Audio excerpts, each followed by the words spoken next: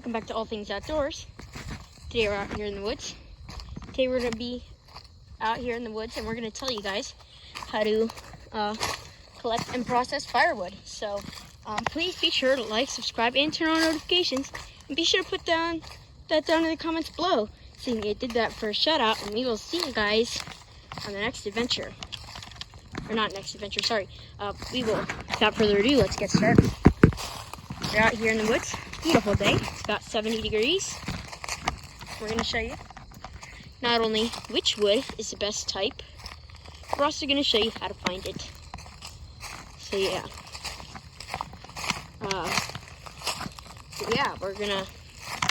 Let's get started. So we're out here. I've already found some of it.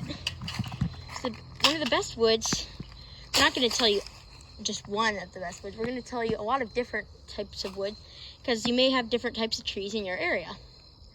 In this area, we have a lot of, basically they're mostly all hardwood trees. You'll see an occasional pine tree or two, but that's about it. So we're going to show you some of the best hardwood. The best firewoods are generally hardwoods. And here we have one of the better ones of the hardwood trees. We have the oak here. This is oak. From a chestnut oak, telling by the leaves that are remaining on it that are dead. This wood is definitely dry. And what you're going to want to do is you're going to want to find branches like this, maybe even bigger logs. And over there we have a huge fallen oak tree. So you can find stuff like that, depending on how big your saw is or whatever you use to cut it up. You can actually use even bigger logs, but what we're going to do is we're just going to take some of these logs, put them up here on this trail that I built here, and then we're going to process them. Take a bunch of different kinds of wood as well. So yeah.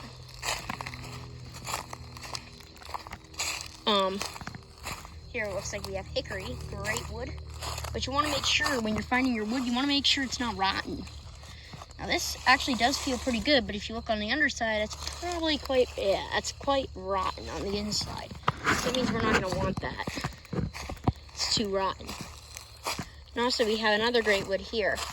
This is dogwood, flowering dogwood. And dogwood is an absolutely wonderful tree species. It's an absolutely wonderful tree itself, and it's a great wood producer. The wood that it makes is absolutely spectacular. As you can see, here's the tree itself. Very pretty, dense canopy, and in the springtime, they turn completely white with flowers.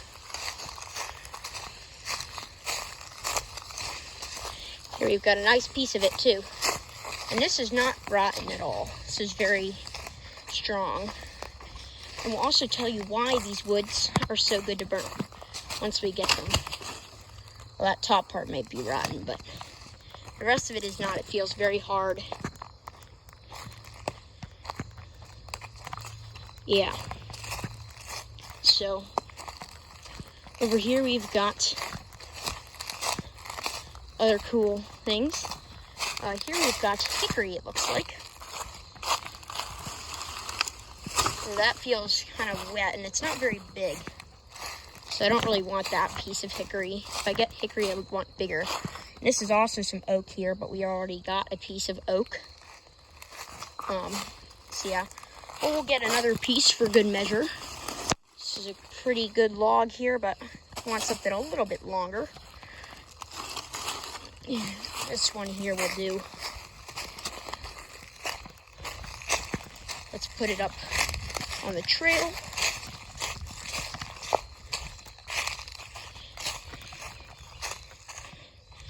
And you may be noticing that this doesn't have any leaves on it. So how can you tell that it's oak? Well, you can also tell what trees are by the bark. As you can see, this is what a younger oak branch would look like.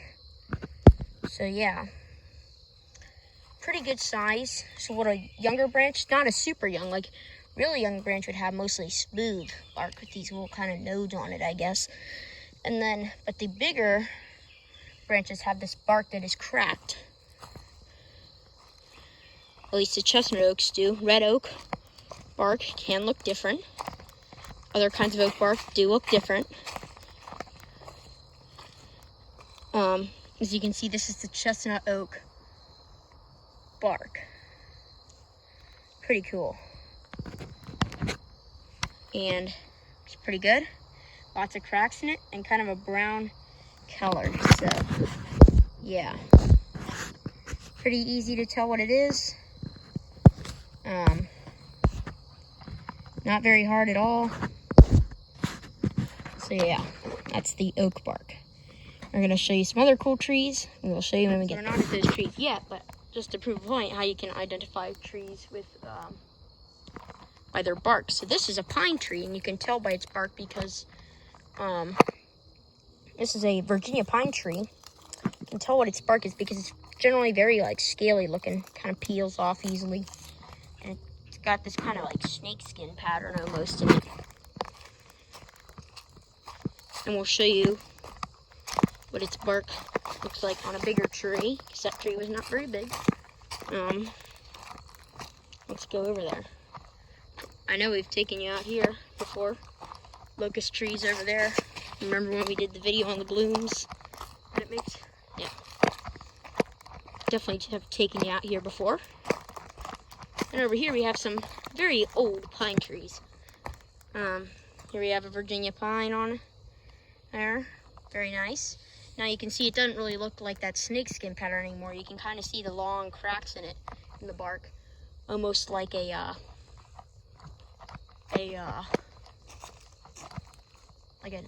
hardwood tree. But if we go over here to this tree, as you can see, same kind of tree, both Virginia pines, but this one has different looking bark. It's still got that snakeskin pattern. And most of them you see, most of them will have that. Some of them develop the more regular tree bark patterns, but most of them will retain that snakeskin pattern. Here we have a really big one. It's pretty good size. And as you can see, it's got that cool pattern in it. And there's another one over there, same thing.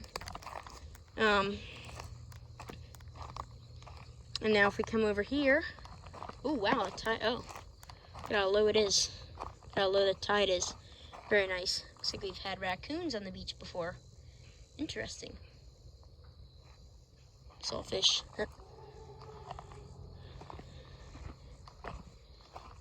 But yeah, well, let's find some other cool trees. So over here, you can see we have locust. Locust is a really great wood for firewood. You can use it. Pretty common around here in this area. Pretty easy to find. Looks a lot like oak when there's no bark on it, but I will show you the difference, because there is a difference.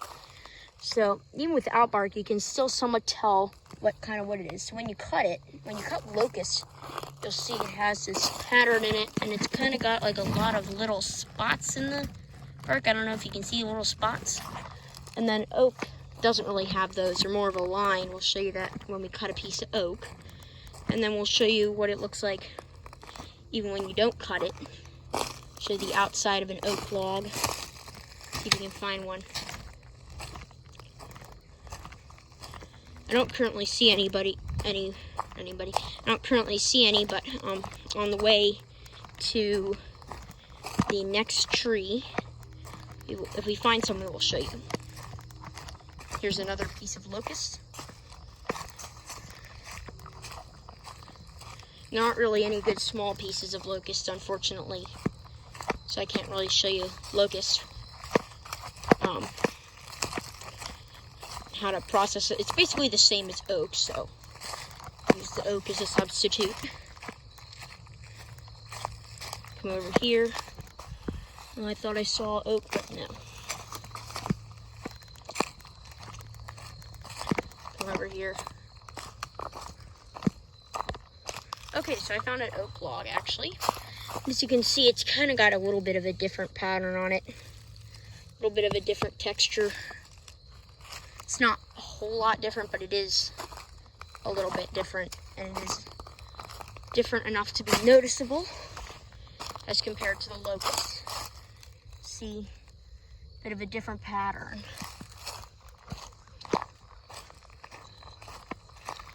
And here we have fatwood. We'll do a different video on that. Comes from pine trees. This big branch fell.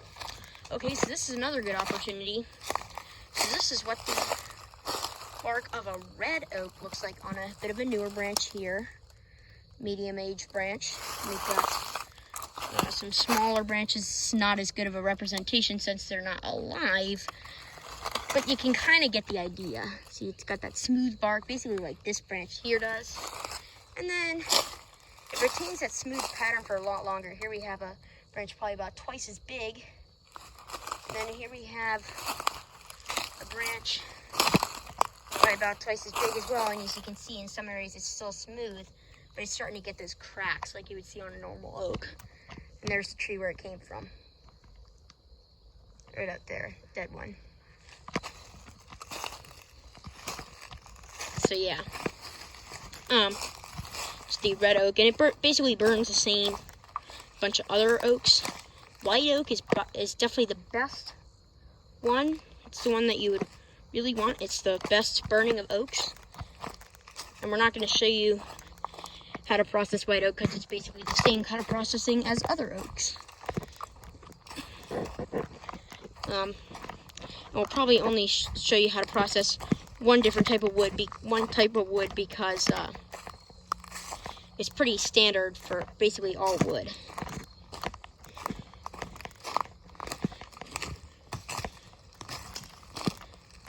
This is a big white oak tree. And it's called white oak because the bark on it is white. We will show you. Oh, look at that. How convenient. So here's the branch off of a white oak, and it looks like this recently fell. Yeah, it did. From right up there, you might be able to see the breakage where it started. Yeah. What if it still has that smell of oak? Well, it does. That means it's really fresh. And as you can see, this is what the inside of the oak looks like. Pretty cool. Love oak. So yeah, now we're going to show you if we can find some other wood. We're not going to give it away. And this wood coming up is by far the best burning wood out of all wood out here. It's not the best burning wood in the world. That would go to Osage orange, which is arguably the hottest burning wood there is. It burns extremely hot. And it is probably most likely the hottest burning wood that we have. But yeah. I'm gonna go a little bit this way into the forest here, and here we have it. So this is the wood, you can see. This is a beech tree, actually, dead one. Got no leaves on it. And the way you can tell what this looks like, it recently died, actually. But anyway, you can tell what it is because it's got this bark that's got these interesting ridges in it, really. And as you can see, it's basically a grayish pattern. Very easy to recognize. Here we'll show you it on a bigger tree. Let's see. And it's kind of a grayish color, very smooth. See, it doesn't got much bumps in it. It's got very faint lines in it, as you can see here. And it's got these ridges that run vertically around the tree. So, best burning wood probably out here. So yeah, now we're gonna go back to the other wood that we already collected. We're gonna show you how to process it. Let's get over there. Here I have another little beech tree. Yeah, might as well carry that with us. Even though it's really small, it still burns very well. And this would probably most likely be used as kindling for something to get the fire to heat up faster.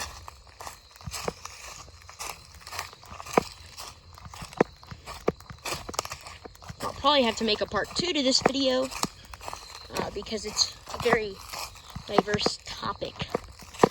Let me know down in the comments below if you actually want a part 2.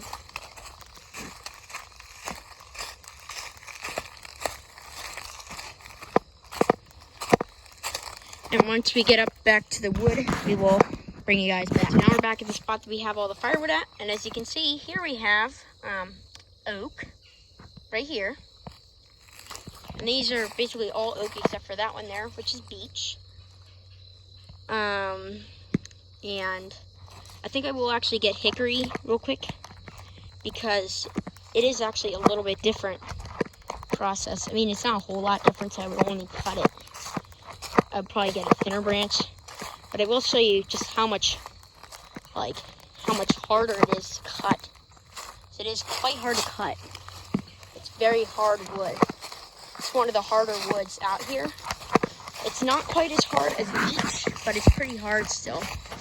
So we'll show you it anyway. It's pretty hard.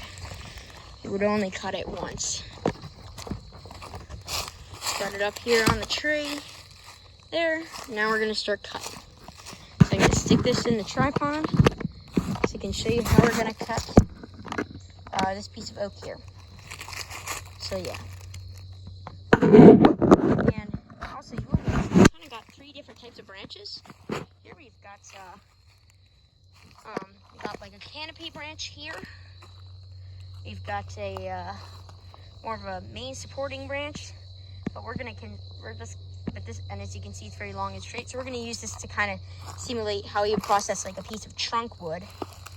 The same thing, but the hickory there is just to show you how we would cut that. So yeah.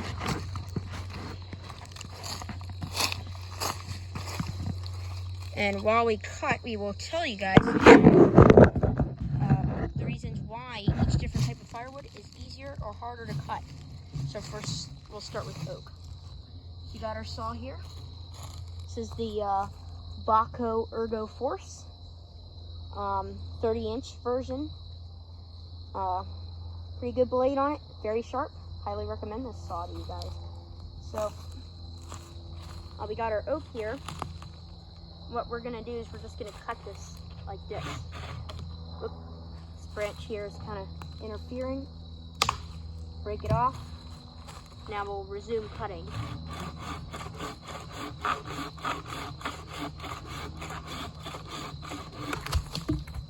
Okay, we got through that pretty quickly. And here's what the cut looks like. Hopefully you can see that. Yeah. Now we're gonna move on to the hickory. Just to show you how much harder it is to cut. Drag that in.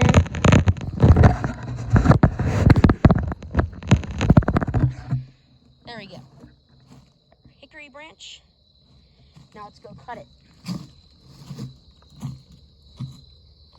Basically do the same thing.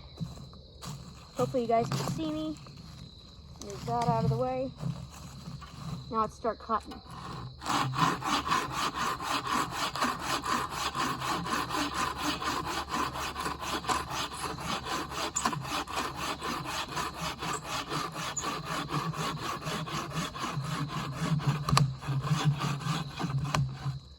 Okay, now that was the hickory.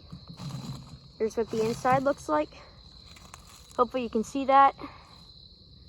And as you can see, that wasn't even that big of a piece, and it already took longer than the oak did.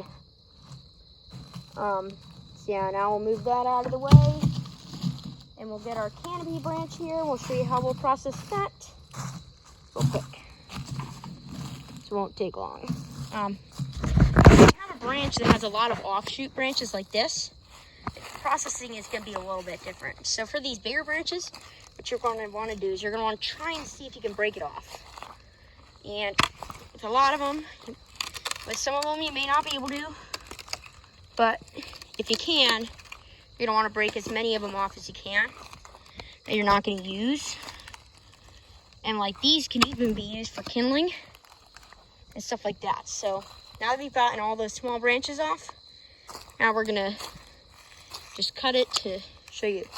And this is actually a piece of chestnut oak. So yeah, it's probably going to be similar to that. It could be a little bit harder, I don't know.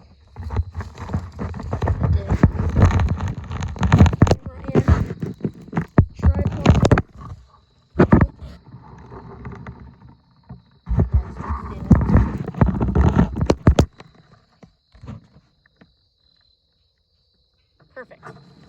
Okay, so now we're gonna cut it. Be pretty quick and easy, hopefully.